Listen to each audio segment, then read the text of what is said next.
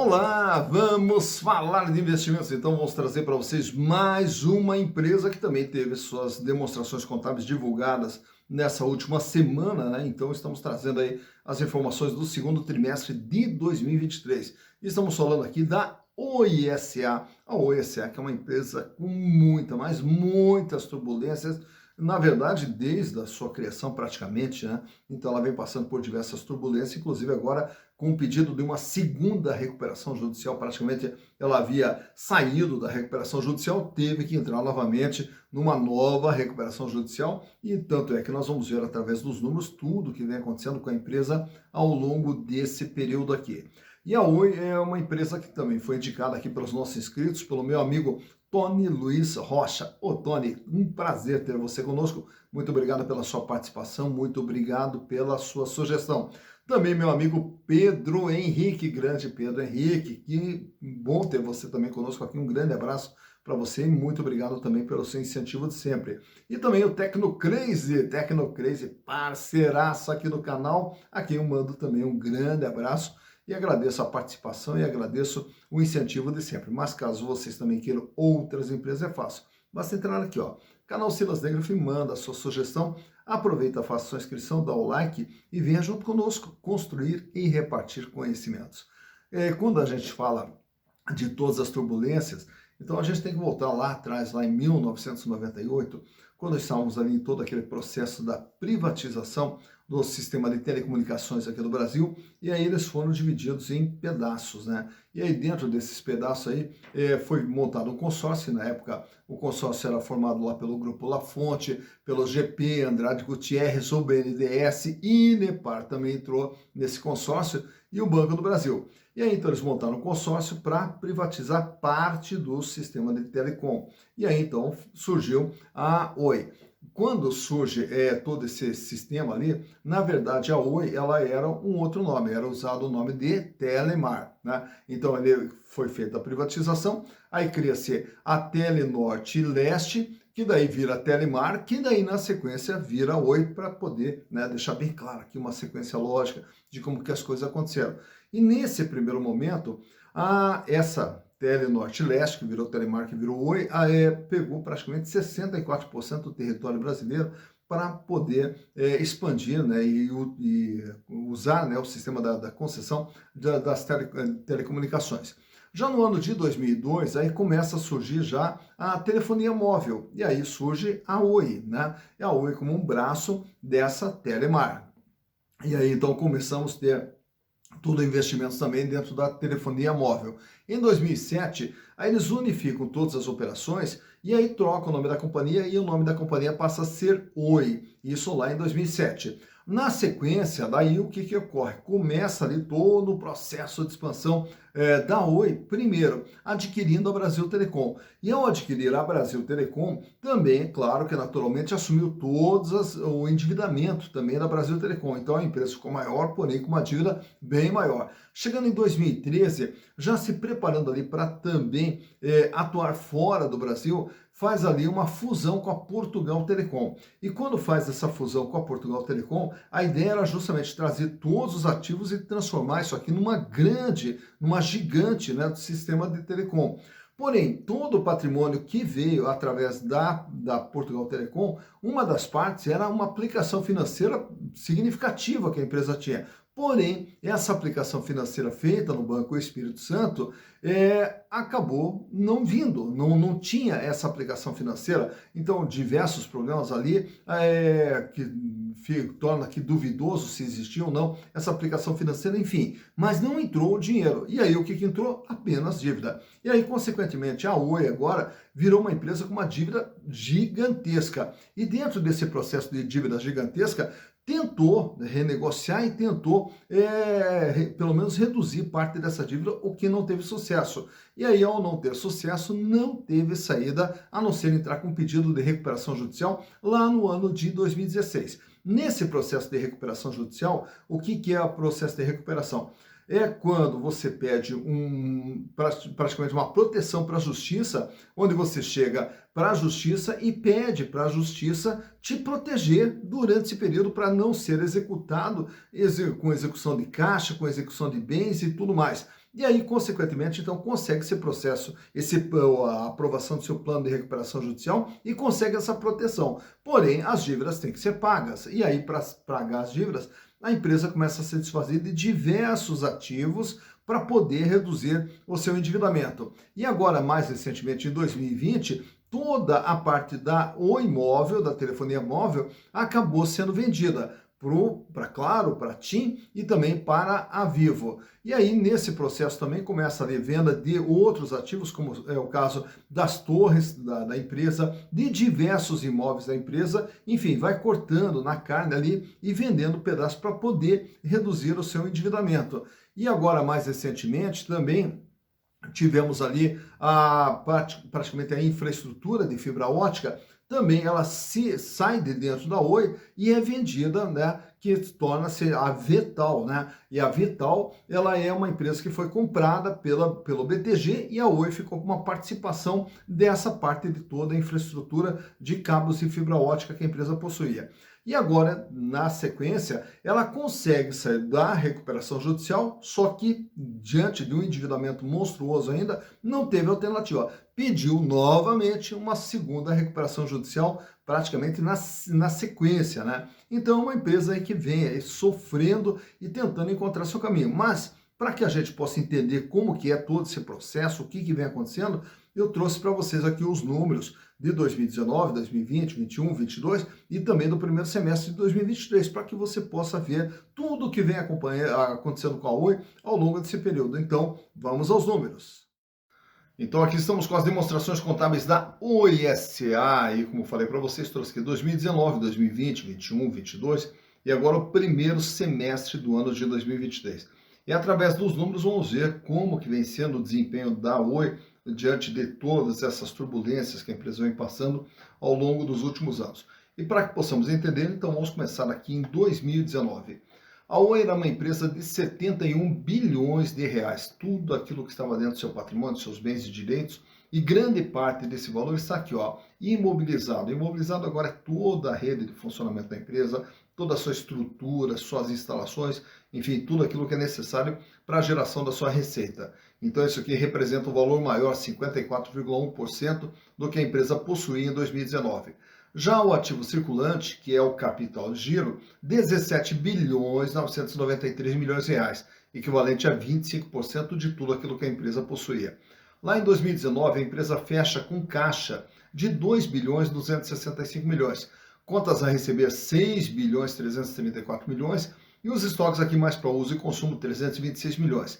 Dentro desses outros créditos aqui, além dos tributos a recuperar, temos aqui também os bens destinados à venda, né? Já que a empresa no processo de recuperação judicial vinha se desfazendo de diversos ativos para fazer dinheiro, reduzir endividamento e tentar reencontrar o seu caminho. Chegando em 2020, a Oi fecha com 73 bilhões de reais. E aí o que a gente observa é que o imobilizado decai de 38 para 24 bilhões. Por quê? Porque a empresa coloca mais ativos à venda, como aparece aqui nesses outros créditos, e o capital de giro com isso pula para 33 bilhões de reais. 4 bilhões e 300 é a posição de caixa, 3 bilhões e 900 ou contas a receber. Chegando em 2021, a Oi fecha agora com 77 bilhões 950 milhões e reparem que o imobilizado agora 16 bilhões. Mais um pedaço da Oi posto à venda, como aparece aqui nesses outros créditos. E aí com isso o capital de giro pula para 46 bilhões, 3 bilhões e 100 a posição de caixa, 4 bilhões e 200 o seu contas a receber. E uma grande parte do seu ativo está aqui, ó, posto à venda. Chegando em 2022, aí a Oi encolhe seu tamanho, 29 bilhões 616. E agora nós vemos aqui imobilizado, que era de 38, cai para 24, cai para 16, cai apenas para 5 bilhões de reais. E aí, nesse ano aqui, o capital de giro cai de 46 bi para 9 bilhões 550, por quê? Justamente devido à venda dos ativos. E aqui, mais especificamente, a venda da Oi Móvel, que daí acabou reduzindo significativamente o patrimônio da Oi. E com isso, a empresa fecha com 3 bilhões e 200 em caixa, 2 bilhões e 42 em contas a receber.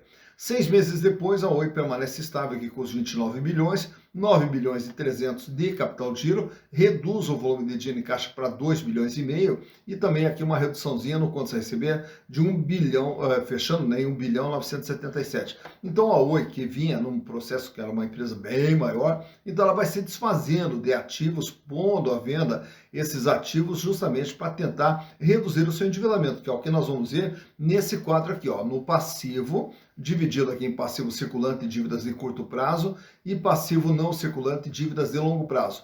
E a Oi fecha com 54 bilhões de dívidas, isso lá em 2019, 75,2% do que a empresa possuía, ela devia. E aí, nesse ano, ela ainda tinha aqui um patrimônio líquido positivo.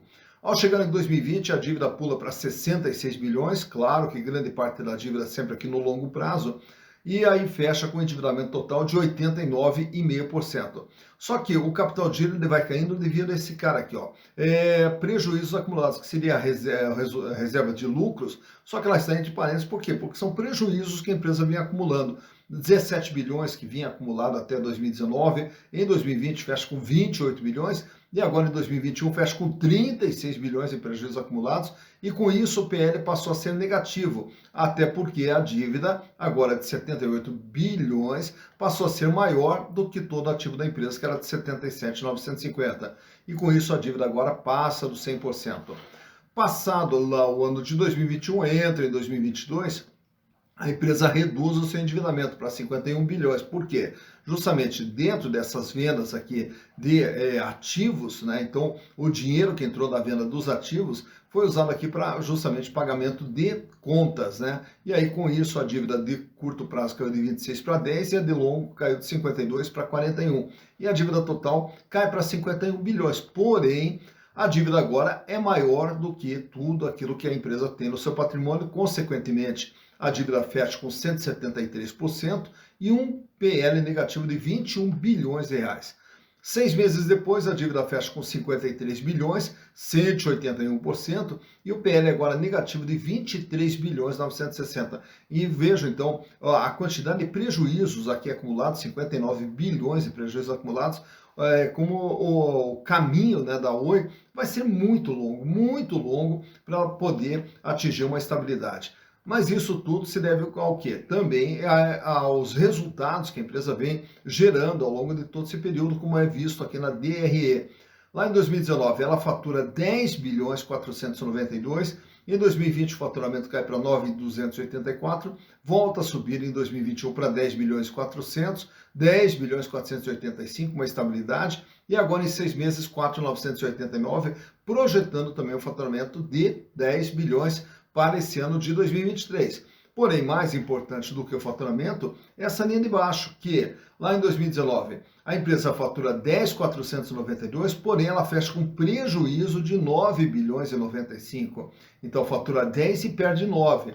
Por quê? Justamente que 76% do que ela faturou é para pagamento de custos, 56% do que ela fatura é para pagamento de despesas e 51% do que ela fatura é para pagar encargos sobre o seu endividamento, que seria o seu resultado financeiro negativo. Em 2020, com esse faturamento de 9.200, a empresa fecha com prejuízo de 10 bilhões 528. Em 2021, mais um prejuízo de 8 bilhões 492. Chega em 2022, olha só, ela fatura 10 bilhões 485 e perde 19 bilhões 265. Só de resultado financeiro tem 3.358. As despesas da operação, 18 bilhões de reais. Então, com isso, todo o resultado da empresa acaba fechando negativo, 19 bilhões, né? E agora, em junho de 2023, a empresa continua fechando com prejuízo de 2 bilhões 111. Então, por aqui vê, né, que nesses últimos anos todos aqui é só prejuízo. Então, a empresa não consegue encontrar o seu caminho para começar a dar um lucro, e ao dar o lucro, ela reduz o prejuízo acumulado, reduzindo o prejuízo acumulado, ela pode ter novamente seu PL positivo e aí o endividamento caber dentro do seu patrimônio. Mas pelo que a gente observa aqui, a viagem realmente muito longa. Naturalmente que eu não vou trazer aqui os índices de liquidez, até porque quando nós olhamos a liquidez, a empresa tem em caixa aqui 2 bilhões 500 mais 1.900 para receber no curto prazo, contra uma dívida de curto prazo de 11 bilhões e 200, quer dizer, ela não tem capacidade de pagar as suas dívidas. Também, em termos de endividamento, como a gente viu aqui, 75, 89, 100, 173, 181, um endividamento que ele é superior ao patrimônio da empresa. E rentabilidade também, não há como se falar em rentabilidade com todos os números negativos como vem sendo apresentados ao longo dos últimos anos. Também não vou trazer para vocês aqui os indicadores relacionados às ações, porque quando a gente começa ali com o valor patrimonial é negativo. Então, se você tem um patrimônio que é negativo, não existe valor patrimonial. O que existe é justamente um valor patrimonial negativo. Não existe lucro por ação, porque é só prejuízo. Não há como você falar em dividendos e muito menos ainda em tempo de retorno, razão pela qual não trazemos todo aquele quadro de comparação ali de índices sobre as ações, porque todos eles são extremamente negativos. Mas o que eu vou trazer para vocês aqui é esse quadro aqui, mostrando aqui como que vem se comportando o valor das ações da Oi nesses últimos 5 anos. Então, começando lá por 2018, no comecinho do gráfico ali, você vê que a ação era R$ 21,94. E ainda em 2018 ela já começa a cair. E aí já passa a trafegar na faixa de R$ 14,40. Tem uma breve subidinha ali ainda no começo de 2019, porém na sequência cai. Quando vem a pandemia cai para R$ 4,70. Passado o efeito da pandemia, as ações elas disparam e chegam a bater até em R$ 24 novamente. Olha só, a ação voltou lá para o patamar acima de R$ 20. Só que daí na sequência é um processo de queda livre, ali, com oscilações para cima e para baixo, mas sempre com uma tendência de queda até a ação chegar aqui praticamente no chão, como você vai vendo ali no finalzinho do gráfico, com elas cotadas, né, a 79 centavos apenas, o valor de uma ação da Oi. Então, por aqui você vê quando que as ações tiveram seu maior valor, quando que elas tiveram seu menor valor e como que vem se comportando o valor das ações da Oi S.A. Tá, então, mais uma empresa analisada, a Oi S.A., que a gente viu aí a situação extremamente difícil, né? E também só para deixar claro aqui para vocês, que ela tem suas ações, mas muito, extremamente pulverizadas, até porque durante todo esse processo de recuperação judicial, já desde o primeiro processo, muito das dívidas foi convertido em ações. Então, o credor passou a ser um dos sócios da Oi, e na sequência, para recuperar o seu dinheiro, acabou vendendo suas ações no mercado. Então, consequentemente, hoje a Oi não tem um controlador de referência. Ela tem praticamente 98%, 99% de suas ações pulverizadas dentro do mercado, né? E aí a gente viu através do balanço tudo que vem acontecendo com a empresa, tá? Mas caso você queira aprender como que funciona toda essa parte de análise de balanço, é muito fácil. Nós temos lá os nossos cursos na plataforma Hotmart, tanto de análise de balanço quanto no curso de Valuation, e que você pode acessar, inclusive no vídeo aqui na descrição, nós deixamos o link de acesso à plataforma Hotmart. E aí você vai aprender de uma forma muito rápida, simples, didática e com custo muito baixinho para você poder aprender a interpretar as demonstrações contábeis. Mas caso queira fazer o curso aqui ao vivo, online, agora para setembro está previsto a realização do nosso curso de análise de balanços para investimentos de forma online, presencial, porém à distância. E aí você pode me mandar aqui um WhatsApp nesse número aqui, me manda lá uma mensagem que a gente já deixa também uma vaguinha reservada para você, até porque as vagas são limitadas. Quando dá abertura das inscrições, aí já deixamos essa vaguinha reservada para vocês. Afinal de contas, você não pode ficar de fora dessa.